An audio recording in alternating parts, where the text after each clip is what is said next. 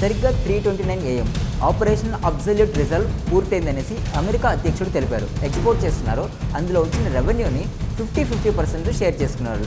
అంటే సరిగ్గా 1999లో ఒక పర్సన్ వచ్చాడు, హ్యూగో చావెజ్ అనే వ్యక్తి.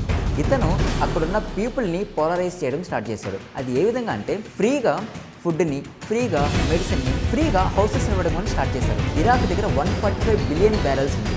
కెనడా దగ్గర 163 billion barrels of proven oil reserves ఉన్నాయి. ఇరాన్ దగ్గర 208 బిలియన్ బ్యారెల్స్ ఉన్నాయి. సౌదీ అరేబియా దగ్గర 267 బిలియన్ బ్యారెల్స్ ఉన్నాయి. కానీ వెనిజులా దగ్గర 303 billion barrels of proven oil reserves ఉన్నాయి. ప్రపంచంలోనే అత్యధికంగా ప్రూవన్ ఆయిల్ రిజర్వ్స్ ఉన్న దేశం ఏది అంటే వెనిజులా. కేవలం 2.5 గంటలు 26 ఏళ్ల రాజకీయ సామ్రాజ్యాన్ని కూల్చడానికి పట్టిన సమయం. ఎగ్జాక్ట్గా సౌత్ అమెరికాలోని వెనిజులా దేశంలో జరిగింది ఇదే.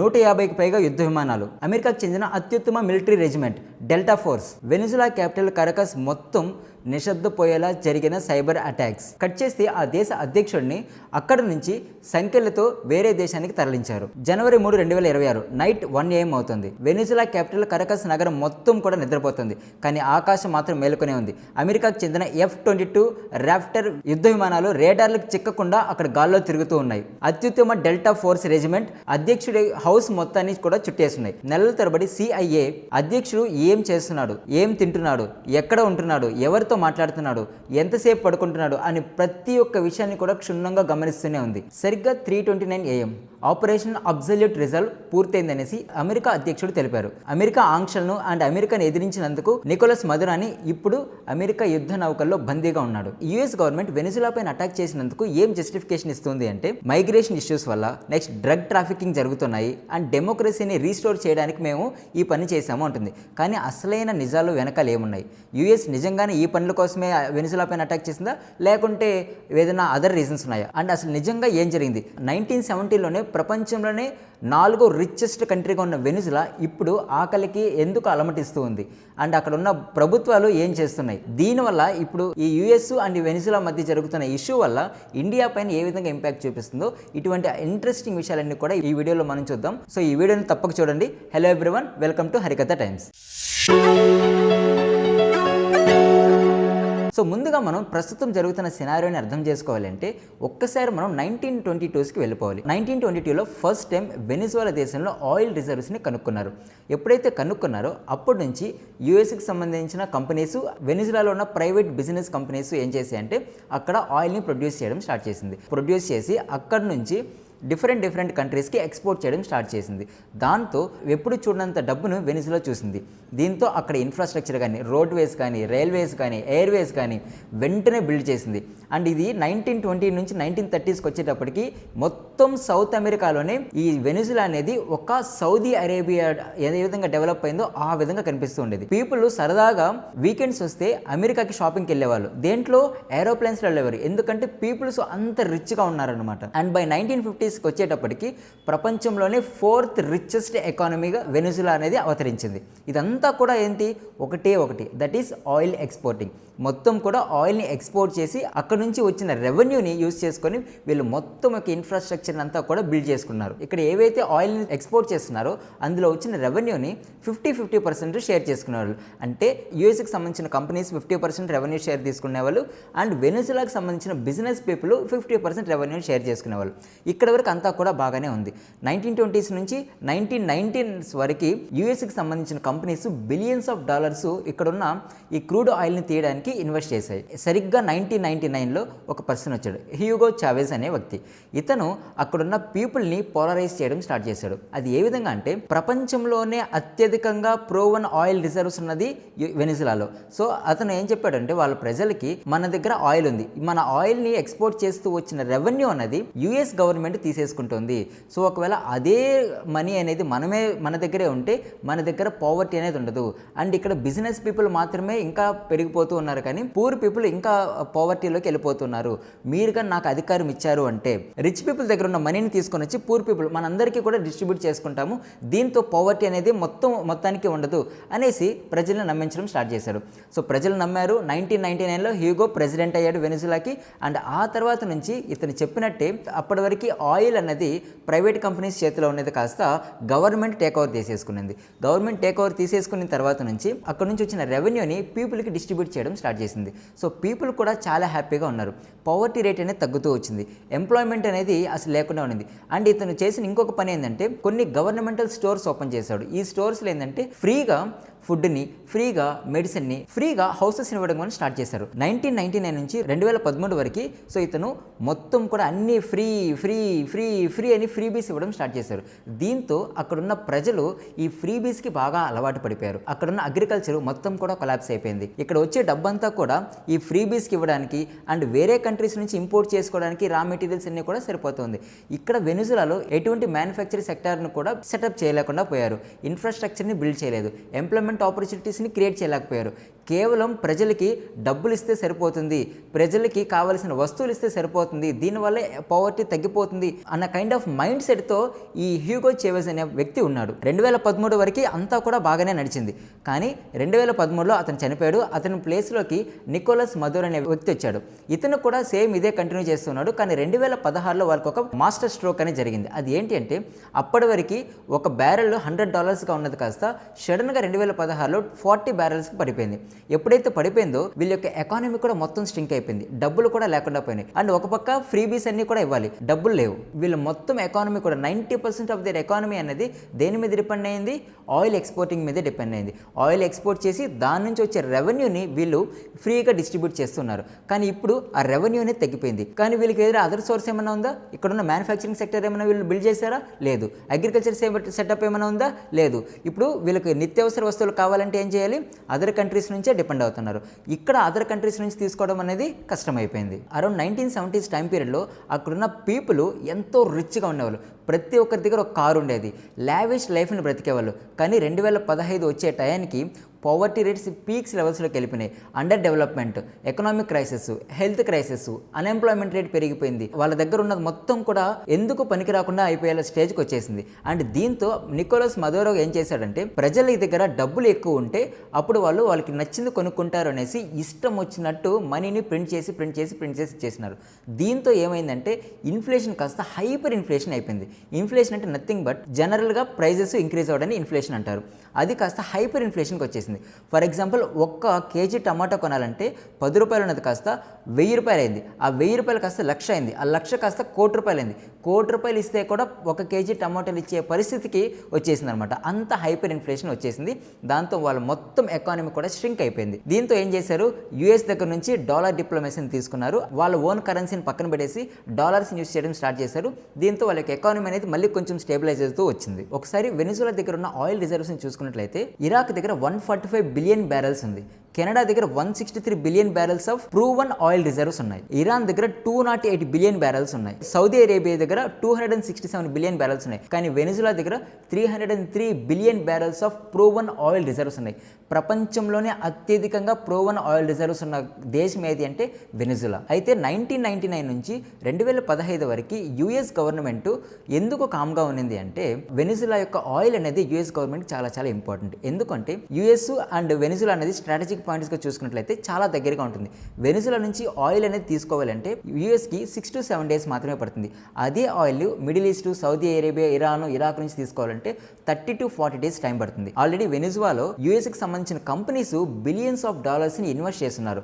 అండ్ అది హెవీ క్రూడ్ని రీఫైన్ చేసే ఒక కెపాసిటీ కలిగిన రిఫైనరీస్ అక్కడ బిల్డ్ చేస్తున్నారు. So it is easier for them to capture and control the Venezuela strategically, economically. 2015 వరకు ఎందుకు కామ్గా ఉంది అంటే ఈ వెనిజులా యొక్క అవసరం అనేది యూఎస్కు ఉంది కాబట్టి కామ్గా ఉంది. ఎప్పుడైతే ఈ షేల్ రిజర్వ్స్ బయటపడ్డాయో అమెరికా ఏమనుకునిందంటే ఇంకా మనకి వేరే కంట్రీస్ పైన ఆయిల్తో డిపెండ్ అవ్వాల్సిన పని లేదు అనేసి ఫిక్స్ అయింది.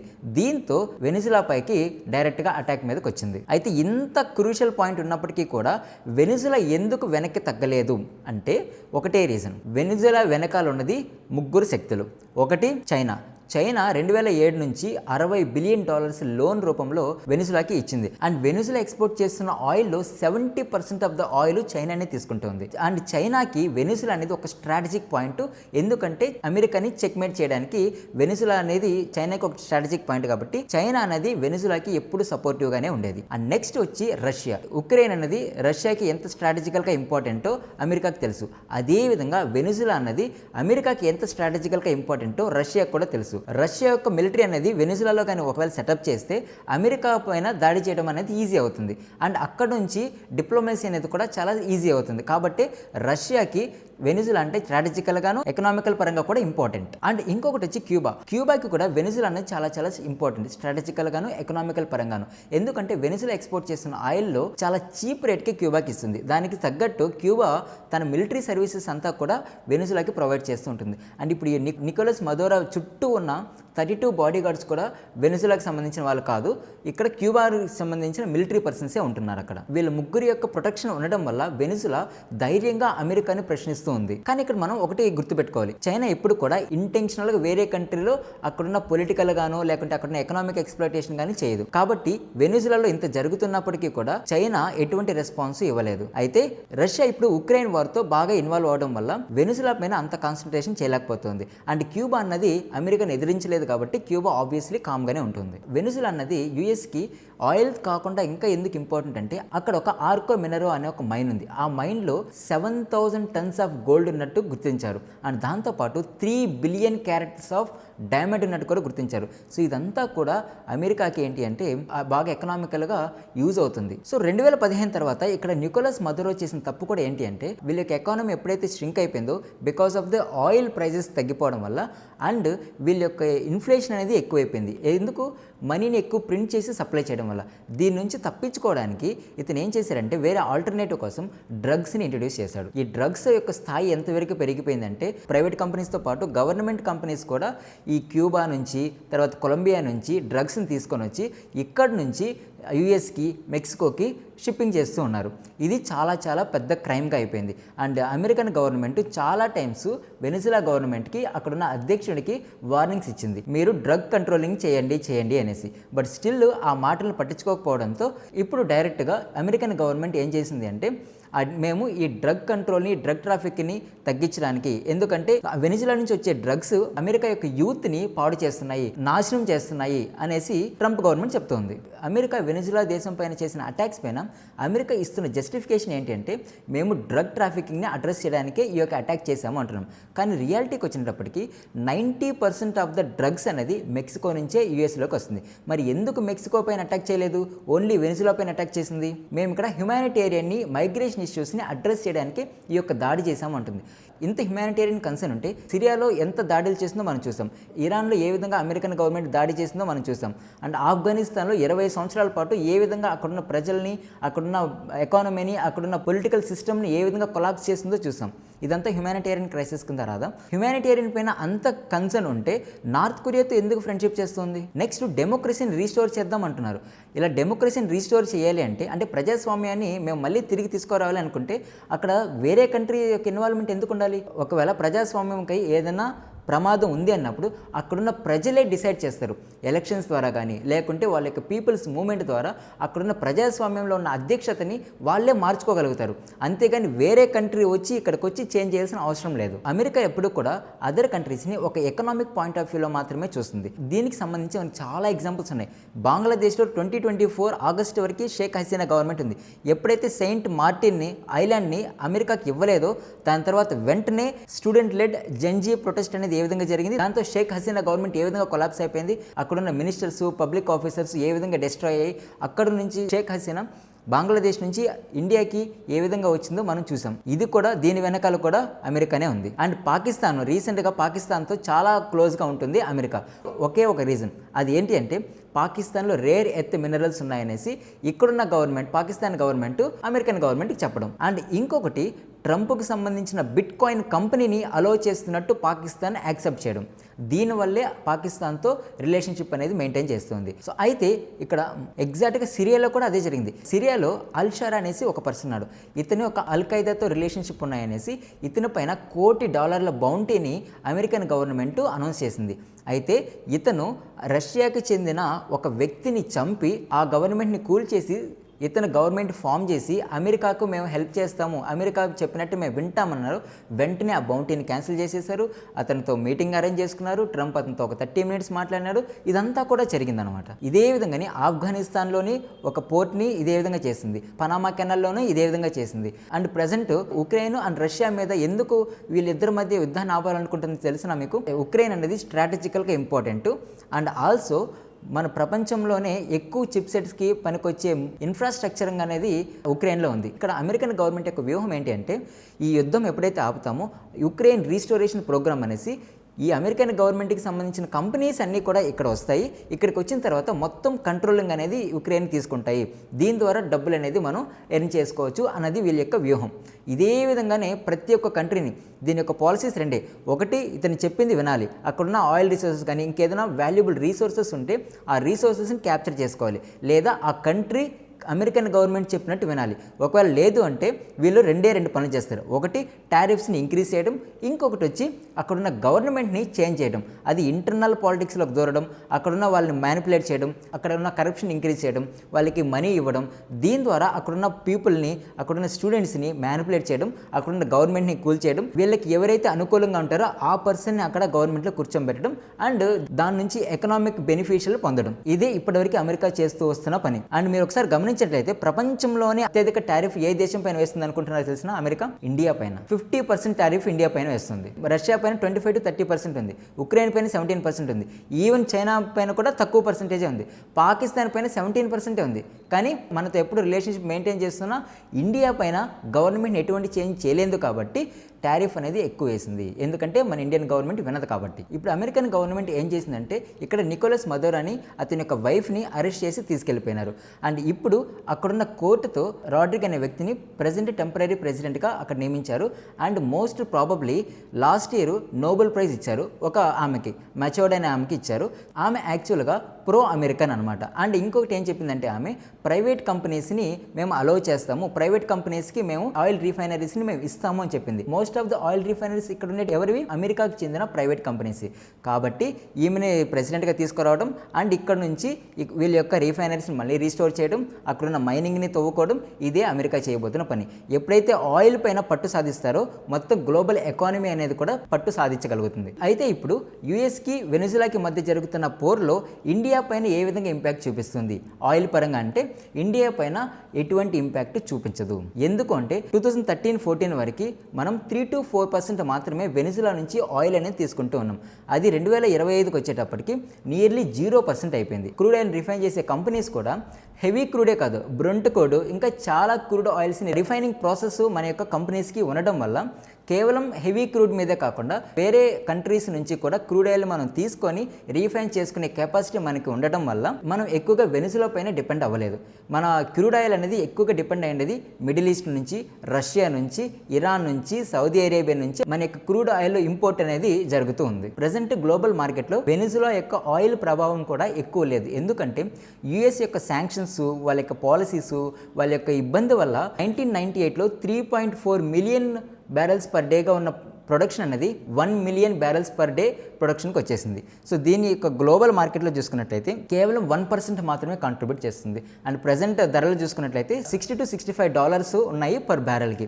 అది ఎప్పుడైతే $70 కంటే పెరుగుతుందో అప్పుడు మన ఇండియా పైన మన ఆయిల్ ప్రైజెస్ మీద కొంచెం ఇంపాక్ట్ చూపించే అవకాశం ఉంటుంది. అప్పటి వరకు మన ఇండియా పైన ఈ క్రైసిస్ అనేది ఎటువంటి ఇంపాక్ట్ చూపించదు. ఇప్పుడు ఈ వెనిజులాలో జరుగుతున్న క్రైసిస్ నుంచి గవర్నమెంట్స్ కానీ కంట్రీస్ కానీ ఏం నేర్చుకోవాలి అంటే, మన కంట్రీలో రీసోర్సెస్ అత్యధికంగా ఉన్నంత మాత్రాన మనం ఒక సూపర్ పవర్ అవుతాం అనేది ఒక మిత్. ఆ రీసోర్సెస్ని ఏ విధంగా మనం యూజ్ చేసుకుంటున్నాం అన్నది వెరీ వెరీ ఇంపార్టెంట్. ఇప్పుడు ఆయిల్ రీసోర్సెస్ ప్రపంచంలోనే అత్యధికంగా ఉంది వెనిజులాలో, కానీ దాన్ని వాళ్ళు సరిగ్గా యూజ్ చేసుకోకపోవడం వల్ల ఈ స్థితికి వచ్చేసారు. అండ్ ఇంకొక ఇంపార్టెంట్ ఏంటంటే ఫ్రీబీస్ వల్ల పవర్టీ అనేది ఎప్పటికీ తగ్గదు. అంటే మేము ఫుడ్ ఫ్రీగా ఇచ్చేస్తాం, రేషన్ ఫ్రీగా ఇచ్చేస్తాం, బస్సు ఫ్రీగా ఇచ్చేస్తాం, ప్రతిదీ మనం ఫ్రీగా ఇచ్చినంత మాత్రాన పవర్టీ అనేది తగ్గదు. కేవలం మ్యానుఫ్యాక్చరింగ్ సెక్టార్ని ఇంప్రూవ్ చేయడం వల్ల, ఇన్ఫ్రాస్ట్రక్చర్ని పెంపొందించడం వల్ల, అగ్రికల్చర్ని ఇంకా స్పీడప్ చేయడం వల్ల, ఎంప్లాయ్మెంట్ జనరేషన్ని క్రియేట్ చేయడం వల్ల మాత్రమే పావర్టీ అనేది తగ్గుతుంది. ప్రతి ఒక్క గవర్నమెంట్ కూడా ఈ ఫ్రీబీస్ మీద కాకుండా ఇన్ఫ్రాస్ట్రక్చర్ బిల్డింగ్ మీద కాన్సన్ట్రేట్ చేయాలి. అప్పుడే ఎంప్లాయ్మెంట్ అనేది ఇంక్రీజ్ అవుతుంది, పావర్టీ అనేది తగ్గుతుంది, ఇన్ఫ్లేషన్ రేట్ అనేది కంట్రోల్లోకి వస్తుంది, ఉమెన్ ఎంపవర్మెంట్ పెరుగుతుంది. అన్నీ కూడా మనం అనుకున్నట్టు జరుగుతుంది. మన కంట్రీ అనేది కూడా అలా ప్రాస్పర్ అవుతూనే వెళ్తూ ఉంటుంది. ఈ వీడియో పైన మీరేమనుకుంటున్నారు? ఖచ్చితంగా మీ యొక్క వ్యూస్ని కమెంట్ సెక్షన్లో తెలియపరచండి. అమెరికా వ్యూస్ గురించి మీరేమనుకుంటున్నారు? అండ్ ఈ వీడియో నచ్చితే లైక్ చేయండి, షేర్ చేయండి, and please do subscribe to Harikatha times. మరొక ఇంపార్టెంట్ వీడియోతో మళ్ళీ కలుద్దాం. అప్పటి వరకు నమస్కారం.